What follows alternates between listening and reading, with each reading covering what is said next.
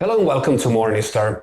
Japan has entered a new political era with the historic appointment of Sanae Takaichi as the country's first female prime minister, marking a pivotal moment for both domestic policy and investor sentiment. To explore the consequences on the Japanese market, today I'm joined by Louis Chua, equity research analyst Asia at Julius Baer. So, Luis, with the appointment of Takaichi, what are the most important policy shifts you expect in Japan that will impact the Japanese equities? Thanks, Valerio. So with the appointment of Sanae Takaichi as Japan's First Lady Prime Minister, I think this has brought about key questions about her economic policies, which is commonly dubbed Sanaenomics. And so what Sanaenomics means is really, if you look at her policies, she will be implementing what she calls responsible and proactive fiscal policy. So essentially, fiscal stimulus to bring about greater economic growth in the Japanese economy. And these, we believe, is essentially a very key ingredient in driving a very positive sentiment in the Japanese equity markets. Given that the markets reacted positively at first, but also showed some concerns about fiscal sustainability and the yen, which weakened after her election, do you believe the Japanese equity market's valuation is now offering good entry points, or is there risk of overextension? It has been a very exciting journey over the last couple of weeks, from the point of her election as the leader of the Liberal Democratic Party at the beginning of October to her election in 21st of October.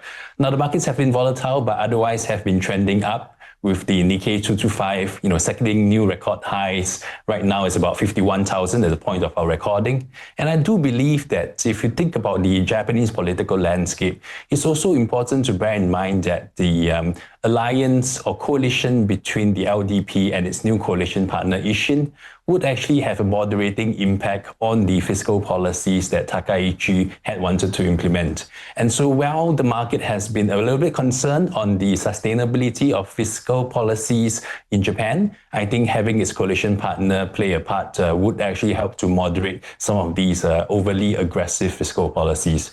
Now, of course, at the same time, given that the markets have been surging, it will not be a surprise to see a consolidation at some point. But it's important to keep in mind that we do not expect a correction per se, just a consolidation, and we'll take the opportunity to accumulate quality Japanese stocks.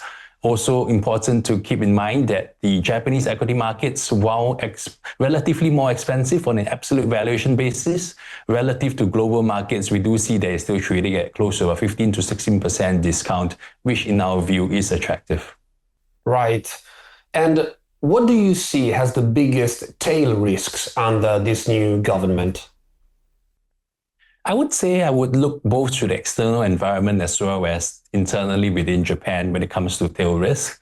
The biggest one, in my view, of course, is the biggest debate right now that everyone in markets is having, whether or not artificial intelligence or AI is actually in a bubble. I think this is the number one question that many investors have on their minds. Our house view right now is that we do not believe it to be so at this point in time, but still something to keep an eye on, given that many of the Japanese leading companies are key manufacturers and supply chain partners of many of the largest AI companies and hyperscalers.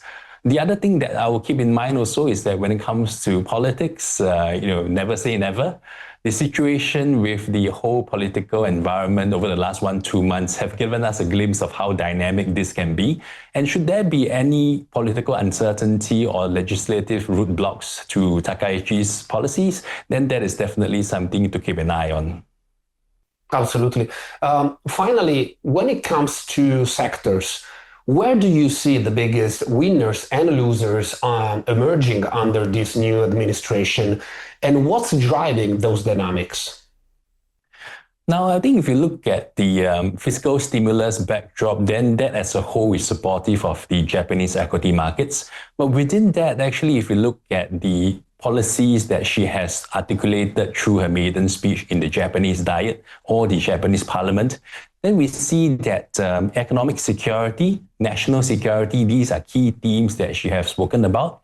And this is not solely when it comes to the traditional sense of increasing defense spending as a percentage of GDP, shipbuilding. There are also various infrastructure projects that she will be pushing. And so these, along the same lines, we do see that when it comes to economic security, the likes of your infrastructure stocks, artificial intelligence, the whole semiconductor supply chain, energy, nuclear, these are some of the different sectors that will be poised to benefit.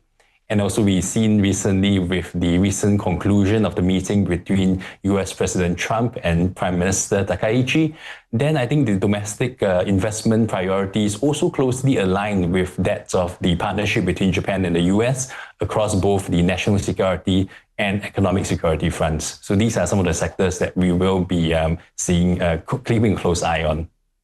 Very interesting. Thank you so much for your time, Luis. For Morningstar, I'm Valerio Baselli. Thanks for watching.